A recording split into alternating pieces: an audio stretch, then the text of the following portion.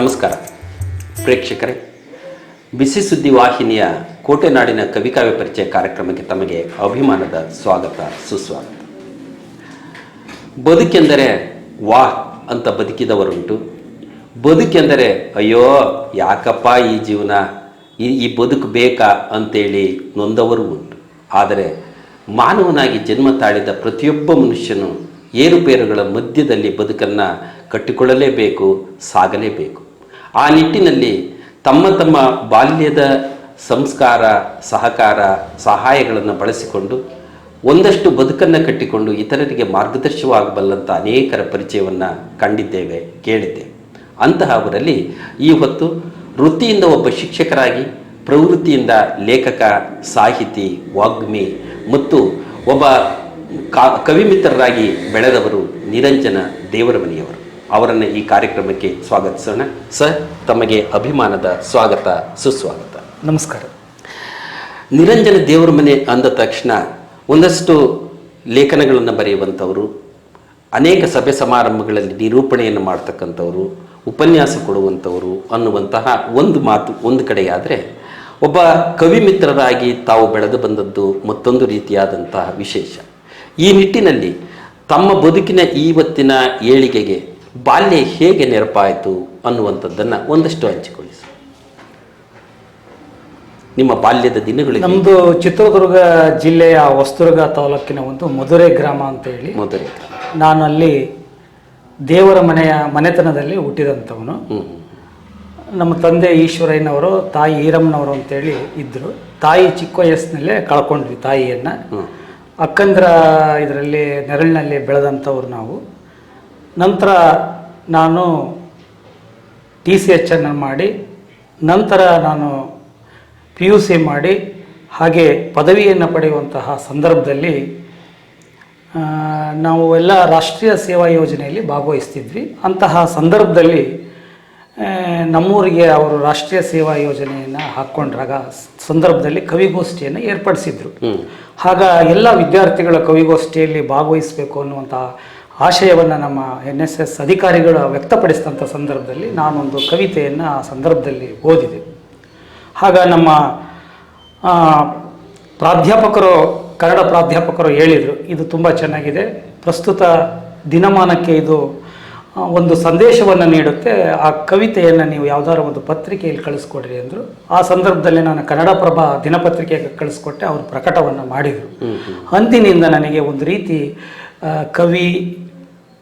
ಕವಿತ್ವ, ಸಾಹಿತಿ, ಬರಹ ಅನ್ನುವಂಥ ಒಂದು ವಿಚಾರದಲ್ಲಿ ನನಗೆ ಆಸಕ್ತಿ ಮೂಡಿತು. ಓಕೆ.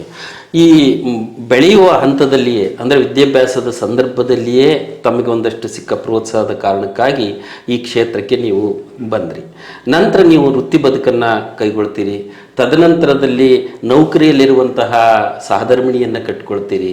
ಕೆಲವು ಸಂದರ್ಭಗಳಲ್ಲಿ ಅಯ್ಯೋ ಮನೆಗೆ ಇಬ್ಬರು ನೌಕರು ಇದ್ಬಿಟ್ರೆ ಏನು ಮಾಡೋಕ್ಕಾಗಲ್ಲಪ್ಪ, ಟೈಮ್ ಸಾಕಾಗಲ್ಲ ಅನ್ನುವ ಸಂದರ್ಭಗಳನ್ನು ಹೊರತಾಗಿ ಬದಿಗಿಟ್ಟು ನೀವು ಈ ಕಡೆ ವೃತ್ತಿಯು ಮತ್ತು ಕೌಟುಂಬಿಕ ವ್ಯವಹಾರ ಜೊತೆಗೆ ಈ ಕವನ ಮತ್ತು ಲೇಖನಗಳನ್ನು ಬರೆಯುವಂಥದ್ದನ್ನು ಮಾಡ್ತಾ ಹೊರಟ್ರಿ. ಅವುಗಳಲ್ಲಿ ನೀವು ಸಿದ್ಧಾಂತ ಶಿಖಾಮಣಿ ಹಾಗೂ ಭಗವದ್ಗೀತೆಯ ತೌಲನಿಕ ಅಧ್ಯಯನ ಅನ್ನುವಂಥ ಒಂದು ಪ್ರಬಂಧ ಪುಸ್ತಕವನ್ನು ಬರೆದಿದ್ದೀರಿ. ಹೀಗೆ ಈ ಕೃತಿಯ ಜೊತೆಗೆ ನಿಮ್ಮ ಕಾವ್ಯದ ಕೃತಿಗಳು ಬೆಳೆದು ಬಂದ ಬಗೆಯನ್ನು ಹೇಳಿ. ನಂತರ ನಾನು ಪದವಿಯನ್ನು ಮುಗಿಸಿದ ನಂತರ ಮತ್ತೆ ನಾನು MA ಇತಿಹಾಸದಲ್ಲಿ MAಯನ್ನು ಮಾಡಿದೆ. ನಂತರ B.Ed ಪದವಿಯನ್ನು ಪಡ್ಕೊಂಡೆ. ಈ ಸಂದರ್ಭದಲ್ಲಿ ನನ್ನ ಎಲ್ಲ ಸನ್ಮಿತ್ರರ ಒಡನಾಟ ಇತ್ತು. ಜೊತೆಗೆ ಒಂದು ರೀತಿ ಬಂಡಾಯ ಮತ್ತು ಪ್ರಗತಿಪರ ಚಿಂತಕರು ನನಗೆ ಸಿಕ್ಕರು ಆ ಸಂದರ್ಭದಲ್ಲಿ. ಅಂಥವರಲ್ಲಿ ನಮ್ಮ ಬಂಜಿಗೆರೆ ಜಯಪ್ರಕಾಶ್ ಅಂತವರು, ಲೋಕೇಶ್ ಅಗಸನಕಟ್ಟೆ ಅಂತವರು, ಕರಿಯಪ್ಪ ಮಾಳಿಗೆ ಅಂತವರು ನನ್ನ ಜೊತೆ ಅವ್ರ ಜೊತೆಯಲ್ಲಿ ನಾನು ಸೇರಿಕೊಂಡು ಒಂದು ರೀತಿ ಅವ್ರ ಜೊತೆಯಲ್ಲಿ ನಾನು ಸಾಹಿತ್ಯಿಕ ಕೃಷಿಯನ್ನು ಬೆಳೆಸ್ಕೊಳ್ತಾ ಬಂದೆ. 1998ರಲ್ಲಿ ನನಗೆ ಶಿಕ್ಷಕ ವೃತ್ತಿ ಸಿಕ್ತು. ನಂತರ ಶಿಕ್ಷಕ ವೃತ್ತಿಯ ಜೊತೆಗೆ ಹವ್ಯಾಸವಾಗಿ ನಾನು ನನ್ನ ಸಾಹಿತ್ಯವನ್ನು ಮತ್ತು ಬರಹವನ್ನು, ಲೇಖನಗಳನ್ನು ಬರಿತಾ ಹೋದೆ. ನಂತರ ನಾನು ಚಿತ್ರದುರ್ಗ ಜಿಲ್ಲಾ ಕನ್ನಡ ಅಭಿವೃದ್ಧಿ ಪ್ರಾಧಿಕಾರದ ಸದಸ್ಯನಾಗುವಂಥ ಒಂದು ಅವಕಾಶ ಸಿಕ್ತು. ನಂತರ ನಾನು ಚಿತ್ರದುರ್ಗ ಜಿಲ್ಲೆ ಕನ್ನಡ ಸಾಹಿತ್ಯ ಪರಿಷತ್ತಿನ ಕಾರ್ಯದರ್ಶಿಯಾಗಿ ಕೆಲಸ ಮಾಡುವಂಥ ಅವಕಾಶ ಸಿಕ್ತು. ಜೊತೆಗೆ ಅಕ್ಷರವಾಣಿಯಲ್ಲಿ ಜಿಲ್ಲಾ ಸಂಪನ್ಮೂಲ ವ್ಯಕ್ತಿಯಾಗಿ ಕಾರ್ಯವನ್ನು ನಿರ್ವಹಿಸುವಂಥ ಅವಕಾಶ ಸಿಕ್ತು. ಆಮೇಲೆ ನಮ್ಮ ಹಿರಿಯರಾಗಿರ್ತಕ್ಕಂಥ ಬಸವೇಶ್ ಅಂತಕ್ಕಂಥವರು ಚುಟುಕು ಸಾಹಿತ್ಯ ಪರಿಷತ್ತನ್ನು ಮಾಡಿ ಅದರ ಜೊತೆಯಲ್ಲಿ ಕಾರ್ಯದರ್ಶಿ ಹುದ್ದೆಯನ್ನು ನೀಡಿದರು. ಇವುಗಳ ಜೊತೆಯಲ್ಲಿ ನನಗೆ ಒಂದು ರೀತಿ ಸ್ಫೂರ್ತಿ ಪ್ರೇರಣೆ, ಸಾಹಿತ್ಯವನ್ನು ರಚನೆ ಮಾಡಬೇಕು, ಕವಿತೆಗಳನ್ನು ರಚಿಸಬೇಕು, ಕವನಗಳನ್ನು ಓದಬೇಕು, ಕವಿಗೋಷ್ಠಿಗಳಲ್ಲಿ ಭಾಗವಹಿಸಬೇಕು, ಈ ಪ್ರಗತಿಪರ ಮತ್ತು ಬಂಡಾಯದ ಚಿಂತನೆಗಳನ್ನು ನಾನು ಈ ಕವಿತೆಗಳ ಮೂಲಕ ನೀಡಬೇಕು ಅನ್ನುವಂಥ ಆಶಯ ನನ್ನಲ್ಲಿತ್ತು. ಹಾಗಾಗಿ ನಾನು ಆ ಸಾಹಿತ್ಯವನ್ನು ರೂಢಿಸ್ಕೊಂಡು ಓದೆ. ನೀವು ಬರೆದಂಥ ಕೆಲವು ಕೃತಿಗಳ ಹೆಸರುಗಳನ್ನು ಹೇಳಿ. ನಾನು ಕೆಲವು ಕೃತಿಗಳನ್ನು ಬರೆದಿದ್ದೀನಿ, ಅವೆಲ್ಲ ಅಪ್ರಕಟಿತ ಕೃತಿಗಳು. ಒಂದು ದೀವಿಗೆಯ ದೀದಿಸುವೆ ಅನ್ನುವಂಥ ಒಂದು ಸಂದರ್ಭ, ಬಹುಶಃ ಇವತ್ತಿನ ಪ್ರಸ್ತುತತೆಯನ್ನು ಕುರಿತು ಬರೆದಿರ್ತಕ್ಕಂಥದ್ದು. ಅದೇ ರೀತಿಯಾಗಿ ಚಿಂತನ ಬೆಳಗು ಅಂತ, ವಿಸ್ಮಯ ಬೆಳಗು ಅನ್ನೋದನ್ನ ನಾನು ಅಪ್ರಕಟಿತ ಪ್ರಬಂಧ, ಲಲಿತ ಪ್ರಬಂಧಗಳನ್ನು ಬರೆದಿಟ್ಟಿದ್ದೀನಿ. ನನ್ನ ವೃತ್ತಿ ಬದುಕಿನಲ್ಲಿ ಅವುಗಳನ್ನು ಪ್ರಕಟಿಸಕ್ಕೆ ಆಗ್ತಾ ಇಲ್ಲ. ಜೊತೆಗೆ ತಾವು ಹೇಳ್ದಂಗೆ ನನ್ನ ಸಹಧರ್ಮಿಣಿ ಇಲ್ಲೇ ವಾಣಿಜ್ಯ ತೆರಿಗೆ ಇಲಾಖೆಯಲ್ಲಿ ಅವರು ನಿರೀಕ್ಷಕರಾಗಿ ಕೆಲಸ ಮಾಡೋದ್ರಿಂದ ನನಗೆ ತುಂಬ ಒತ್ತಡದ ಜೀವನ ಆಗಿದೆ. ಆಗ ಜೊತೆಗೆ ಪ್ರಸ್ತುತವಾಗಿ ನಾನು ಮುಖ್ಯ ಶಿಕ್ಷಕನಾಗಿ ಕೆಲಸವನ್ನು ನಿರ್ವಹಿಸ್ತಾ ಇದ್ದೀನಿ. ಈ ಸಂದರ್ಭದಲ್ಲಿ ನಾನು ಒಂದಿಷ್ಟು ವೈಚಾರಿಕ ಲೇಖನಗಳನ್ನು ಪ್ರಸಿದ್ಧ ದಿನಪತ್ರಿಕೆಗಳಲ್ಲಿ ಬರಿತಾ ಇದ್ದೀನಿ, ಅವರು ಪ್ರಕಟಿಸ್ತಾ ಇದ್ದಾರೆ. ಹಂಗಾಗಿ ನನಗೆ ಒಂದು ರೀತಿ ನಮ್ಮೆಲ್ಲ ಈ ಚಿತ್ರದುರ್ಗ ಜಿಲ್ಲೆಯ ಏನು ಹೋರಾಟಗಾರರಿದ್ದಾರೋ ಅವರೆಲ್ಲ ನನಗೆ ಸ್ಫೂರ್ತಿ, ಪ್ರೇರಣೆ. ಅದರ ಮೂಲಕ ನಾನು ನನ್ನ ಸಾಹಿತ್ಯವನ್ನು ಅಭಿವ್ಯಕ್ತಿಪಡಿಸ್ತೀನಿ. ತಪ್ಪೇನಿಲ್ಲ. ಅಪ್ರಕಟಿತ ಕೃತಿಗಳು ಪ್ರಕಟಿತವಾಗುವಂಥ ದಿನಮಾನಗಳು ಆದಷ್ಟು ಬೇಗ ಬರಲಿ ಅಂತ ಆಶಿಸ್ತಾ, ನೀವು ಕಂಡುಂಡಂತಹ, ನೀವು ಬರೆದಂಥ, ಈಗ ಉದಾಹರಣೆಗೆ ಅನೇಕ ಸಂಘ ಸಂಸ್ಥೆಗಳ ಒಡನಾಟ, ಜೊತೆಗೆ ಧರ್ಮಪೀಠಗಳ ಜೊತೆಯಲ್ಲಿ ನಿಮ್ಮನ್ನು ನೀವು ಜೊತೆಗೂಡಿಸ್ಕೊಂಡು ಆಧ್ಯಾತ್ಮಿಕ ಚಿಂತನೆಗಳನ್ನು ಮಾಡುವಂಥದ್ದು, ಇವುಗಳ ಮಧ್ಯದಲ್ಲಿ ಒಂದಷ್ಟು ಕವನಗಳನ್ನು ಗೀಚಿದ್ದೀರಲ್ಲ, ಆ ಕವನಗಳಲ್ಲಿ ಪ್ರೇಕ್ಷಕರಿಗೆ ಒಂದು ಸಂದೇಶ ಕೊಡುವಂಥ ಒಂದು ಕವನವನ್ನು ವಾಚನ ಮಾಡಿ. ಆಯ್ತು ಸರ್. ಒಂದು ಕವನ, ನಿಮ್ಮ ಕವನದ ಶೀರ್ಷಿಕೆ? ಕವನದ ಶೀರ್ಷಿಕೆ ದೀವಿಗೆಯ ದೀದಿಸುವೆ. ದೀದಿಸುವೆ, ಓಕೆ. ಕವಿದ ಕತ್ತಲೆಯ ಬದುಕಿನೊಳಗೆ ದೀದಿಸುವೆ ಭರವಸೆಯ ದೀವಿಗೆ. ಕವಿದ ಕತ್ತಲೆಯ ಬದುಕಿನೊಳಗೆ ದೀದಿಸುವೆ ಭರವಸೆಯ ದೀವಿಗೆ. ತವಕ ತಲ್ಲಣ ತಾಕಲೊಳಗೆ ಬೆಳಗಿಸುವೆ ಸಹನೆ ಧೀರತೆ ಎಲುಮೆ ಬೆಳಕ ಬಾಳೆಗೆ. ಅಜ್ಞಾನದ ತಿರುಮಿರಿನೊಳಗೆ ಅವಿತಿರುವ ಭ್ರಮೆಯೆಂಬ ಬತ್ತಿಗೆ ಅರಿವೆಂಬ ಜ್ಯೋತಿಯ ಮುಟ್ಟಿಸುವೆ. ಹತಾಶೆಯ ಒಡಲುರಿಗೆ ಕುದಿಯುತ್ತಿರುವ ಈ ಬಾಳಿಗೆ ಆಶಾ ಕಿರಣದ ಹೃದಯ ದಣತೆಯ ಉದ್ದೀಪಿಸುವೆ. ಆಚಾರಗಳ ಭ್ರಷ್ಟತೆ, ವಿಚಾರಗಳ ವಿಕಲತೆ, ಮೌಢ್ಯಗಳ ಅರ್ಥಹೀನತೆ, ನೈತಿಕ ಮಲಿನತೆಗೆ ಸುವಿಚಾರವೆಂಬ ಕ್ರಿಯಾಧೀವಿಗೆಯ ದೇದೀಪ್ಯಗೊಳಿಸುವೆ.